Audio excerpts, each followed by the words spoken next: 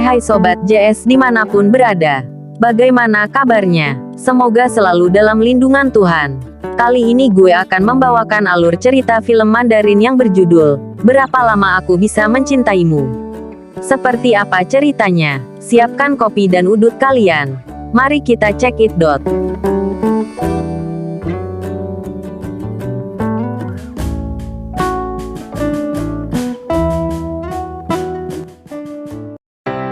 Film dibuka dengan memperlihatkan seorang wanita bernama Mia.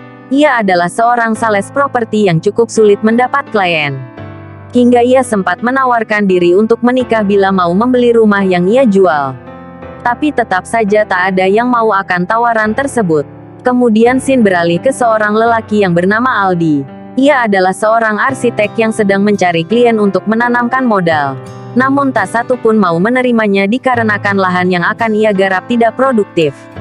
Dengan seringnya Aldi mengalami penolakan, membuat ia pasrah dan beristirahat di toilet kantor. Namun tanpa diduga ia mendengar atasannya dan asistennya, sebut saja si bos dan Yanto yang sedang merencanakan sesuatu yang ilegal. Karena Aldi duduk di atas toilet, mereka tetap membahas rencana mereka. Namun setelah itu Aldi malah ketahuan. Si bos segera menarik Aldi dan menawarkannya untuk bekerja sama. Dan terlihat kini mereka berdua berjalan menuju rumah masing-masing dengan keadaan kecewa.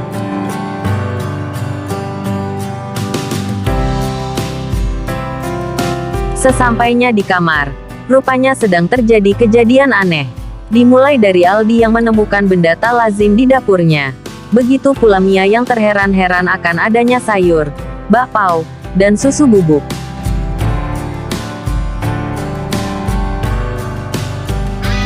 Dengan scene berdampingan, mereka berdua terlihat kesal akan kejadian ini. Lalu tiba-tiba, kejadian di luar nalar pun terjadi. Ruangan mereka terlihat kini menyatu akibat distorsi.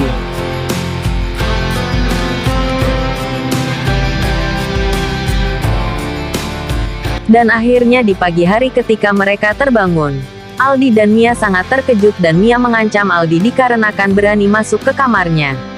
Namun hal tersebut juga disadari oleh Aldi dan mereka dihadapkan oleh dua buah pintu yang berbeda namun kini telah menyatu.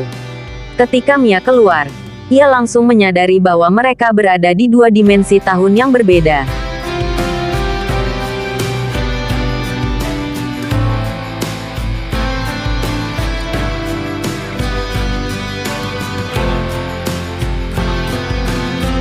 Rupanya Aldi berasal dari tahun 1999 dan Mia berasal dari tahun 2018. Sembari Mia menamparkan Aldi seakan tak percaya bahwa hal ini nyata. Ketika mereka memutuskan untuk membuka pintu masing-masing secara bersamaan, lantai dan ruangan itu semakin menyempit. Ketika sedang mempelajari situasi, Aldi menemukan foto milik Mia yang menceritakan bahwa Mia pernah memiliki ayah di tahun 99. Dan kini Mia menjadi yatim akibat ayahnya yang telah meninggal. Lalu Aldi mengajak Mia untuk berkunjung ke tahun 99 untuk menemui ayahnya. Sesampainya di sana, Mia tak dapat menahan kerinduannya setelah dapat melihat sang ayah dan dirinya di masa kecil. Namun ketika ia mendekat, gempa pun terjadi dan akhirnya ia dapat terselamatkan oleh Aldi yang datang tepat waktu.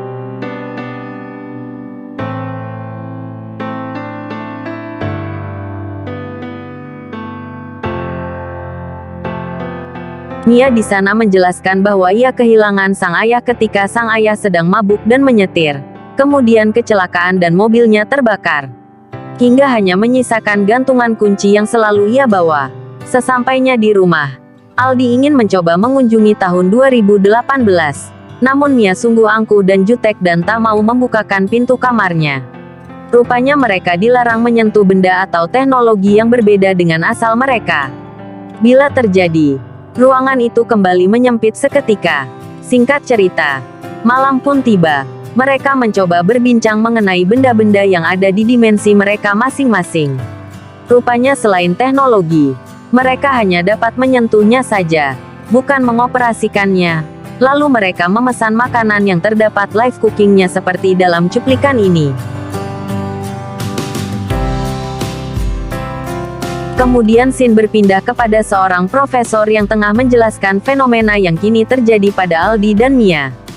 Fenomena tersebut sangatlah langka, dan jika dapat menemukannya, maka mereka dapat menjelajahi masa depan untuk mencuri ide bisnis. Yang rupanya hal tersebut telah direncanakan oleh seseorang yang masih misterius. Berpindah ke Aldi dan Mei. Mereka kini kesulitan untuk tidur. Dan Mei pun bercerita akan kerinduannya kepada sang ayah. Lalu Aldi kini mengetahui bahwa hal yang membuat Mia tinggal di rumah seperti ini adalah karena ia kehilangan sang ayah dan tak lagi ada yang menjamin atas hidupnya Mia. Singkat cerita, Aldi dan Mia sedang menjalankan aktivitasnya masing-masing. Dimulai dari Aldi yang menolak tawaran dari bosnya untuk bekerja sama. Namun karena hal itu ilegal, Aldi lalu diberikan waktu 2 minggu untuk berpikir. Beralih ke Mia. Ia rupanya kini bekerja di sebuah toko perhiasan. Tiba-tiba Mia berlagak seorang manajer dikarenakan saingan di kampusnya terdahulu datang ke sana. Hal tersebut ia lakukan hanya untuk mengelabui dan terlihat mapan di depan sang pesaing.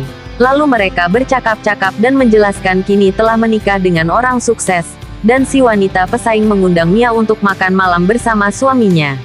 Mampus. Mia yang tak punya suami kini harus memutar otak. Sesampainya di rumah, dengan sebuah jas sewaan ia menghampiri Aldi untuk mengajaknya ke undangan makan malam tersebut. Aldi yang menurut saja lantas pergi bersama Mia. Sebelum itu Mia telah menjelaskan apa saja yang perlu Aldi hafalkan sebagai orang kaya. Dan akhirnya setelah sekian lama barulah mereka berkenalan. Sungguh film yang sangat kocak. Di tengah jamuan makan malam, Aldi sempat melakukan hal-hal yang membuat Mia malu. Dari meminum air es, melepas harga pada jas sewaan, dan terakhir adalah cincin berlian milik Mia yang meleleh terkena panas, yang rupanya terbuat dari permen. Sungguh momen yang sangat membagongkan. Sesampainya di rumah, Mia hanya dapat menangis terseduh-seduh akibat ulahnya yang ingin pamer dan mengelabui sang pesaing. Aldi pun menghiburnya dengan membuatkan kue coklat sederhana yang dibuat dari bakpao dan coklat saset. Terlihat Mia menyukainya dan mereka pun kini semakin dekat. Menyadari mereka memang sedang bokek, tiba-tiba terdengar berita di TV yang menyiarkan pemenang lotre sebesar 200 miliar. Lalu mereka mempunyai ide untuk pergi ke tahun 99 untuk membeli lotre tersebut. Di perjalanan mereka berangan-angan menjadi orang kaya dan melewati waktu dengan bersenang-senang bersama. Sambil sesekali Aldi mengunjungi tahun 2018 untuk seru-seruan. Hingga akhirnya mereka lupa berada di tahun berapa, dan minum-minum di sebuah bar. Mia mengira ia berada di tahun 99 dan memesan anggur yang dibuat pada tahun tersebut. Rupanya mereka berada di tahun 2018 yang membuat anggur yang mereka minum adalah anggur mahal. Hingga mereka tak sanggup membayar dan meninggalkan tas serta KTP di sana. Yakin akan menjadi pemenang lotre, ia nekat memesan 1 botol lagi agar bisa menghabiskan waktu berdua dengan Aldi. Ketika mabuk, mereka berdua berbincang mesra di atas ranjang hingga nyaris berciuman. Di hari pengundian, Aldi dan Mia harus kecewa karena mereka telah memanipulasi waktu, sehingga angka pada lotre seketika menghilang dan terjadilah gempa. Kini mereka sadar harus mencari kekayaan dengan cara yang halal dan harus selalu bersyukur. Di tahun 2018, Aldi dan Mia terlibat perdebatan. Mia rupanya melampiaskan kekesalannya kepada Aldi karena tak dapat memenangkan lotre. Di tengah jalan, mereka terkejut melihat Aldi yang kini menjadi konglomerat. Lalu Aldi pun masuk ke dalam gedung, namun ia tak menyadari bahwa ketika ia bertemu dengan dirinya yang sekarang, akan merubah rotasi dan menambahkan ingatan kepada Aldi yang sekarang. Ketika gempa terjadi, semua orang berlarian dan Aldi jadul terkena serpihan atap yang membuatnya terluka. Dan luka itu pun dialami juga oleh Aldi di masa kini. Lalu Aldi berpapasan dengan Mia yang mencoba menyelamatkan Aldi jadul. Sesampainya di rumah, sikap Mia kini berubah drastis. Ia menghayal dapat menikahi Aldi di masa depan karena ia sudah menjadi orang kaya. Beralih ke Aldi kekinian, ia sempat berkonsultasi dengan si profesor yang rupanya orang misterius di awal adalah Aldi. Sang profesor menjelaskan bahwa Aldi jadul telah nekat menemui dirinya di masa kini yang menyebabkan beberapa ingatan ditambahkan ke dalam pikiran Aldi kekinian. Satu-satunya cara adalah ia harus membuat Mia menjauhi Aldi jadul. agar Aldi jadul tetap berada pada porosnya serta tidak mengingkari perputaran waktu. Keesokan harinya, dengan pedenya Aldi jadul menolak tawaran dari si bos. Karena ia telah mengetahui bahwa ia telah jadi orang sukses di masa depan meski ia tak tahu dari mana asal dan prosesnya. Lalu berpindah kepada Mia, yang akhirnya didatangi oleh Aldi kekinian untuk mengajaknya makan malam. Sesampainya di restoran, Aldi segera menyampaikan maksudnya agar Mia segera menjauhi Aldi jadul, dan menyuruhnya menerima tawaran dari si bos. Sebagai imbalan, Aldi kekinian akan memberikan semua yang Mia inginkan. Dengan berat hati, Mia yang kini telah jatuh hati kepada Aldi jadul harus merelakannya dan pergi dari sana. Aldi jadul amat sedih karena melihat Mia kini memilih hidup yang lebih layak. Aldi sadar ia saat ini belum mampu memberikan apa yang Mia inginkan. Dengan terpaksa Aldi pun merelakan Mia yang kini pergi sambil menangis. Melihat pintu Mia yang belum sepenuhnya tertutup, Aldi pun memiliki ide. Ia segera menyamar menjadi Aldi kekinian untuk bertemu dengan Mia. Dengan gaya Aldi kekinian, Aldi jadul menjelaskan keadaan rumah yang harus dibenahi. Akan tetapi dengan mudahnya Mia menyadari bahwa itu adalah Aldi jadul. Dengan emosional Mia langsung mencium Aldi jadul. Setelah berpesan-pesan mereka akhirnya berpisah dan terlihat Aldi jadul menangis setelah melepas Mia. Beralih ke scene lain. Rupanya si bos kini sedang mencuri data dari atasannya. Kemudian ia kepergok dan tak sengaja membuat si atasan pingsan. Lalu dengan ide liciknya, ia membuat si atasan seolah mabuk dengan memasukkan minuman beralkohol. Aldi jadul yang sedang galau, kini ia ditelepon oleh si bos untuk mengantarkannya ke suatu jalan. Di saat yang sama, Aldi kekinian tengah mengalami suatu distorsi. Karena hal yang Aldi jadul lakukan saat ini akan menentukan hidup dari Aldi kekinian. Beralih ke Aldi jadul, rupanya ia dilibatkan untuk membunuh atasannya. Dengan skenario yang dibuat oleh si bos, lalu Aldi jadul tersadar bahwa si atasan yang akan mereka bunuh adalah ayahnya Mia. Aldi jadul yang kini ingin merubah takdir, segera menyelamatkan si atasan walau harus berkelahi dengan si bos. Aldi kekinian pun terlihat kesakitan dan pada saat Aldi jadul berhasil menyelamatkan si atasan, Aldi kekinian pun menghilang di telan waktu. Ini diakibatkan oleh Aldi jadul yang telah merubah jalannya takdir dan berakibat kepada Aldi di masa kini.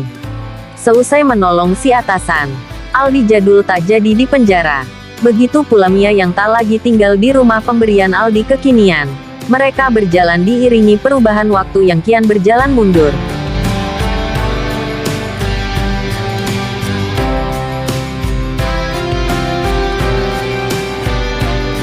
Sampai akhirnya mereka dipertemukan di sebuah tempat namun dalam dimensi yang berbeda. Mengingat takdir telah berhasil diubah oleh Aldi jadul, Mia akhirnya menghilang. Lalu scene berikutnya terlihat sebuah tempat yang rupanya sedang mengalami musim salju. Entah di tahun berapa, tiba-tiba Aldi dan Mia kembali dipertemukan secara nyata. Lalu film pun selesai. Oke Sobat JS, itulah tadi sebuah alur cerita film Mandarin yang romantis berbalut nuansa komedi. Semoga teman-teman semua terhibur, dan jangan lupa di subscribe sebanyak-banyaknya. Sampai jumpa.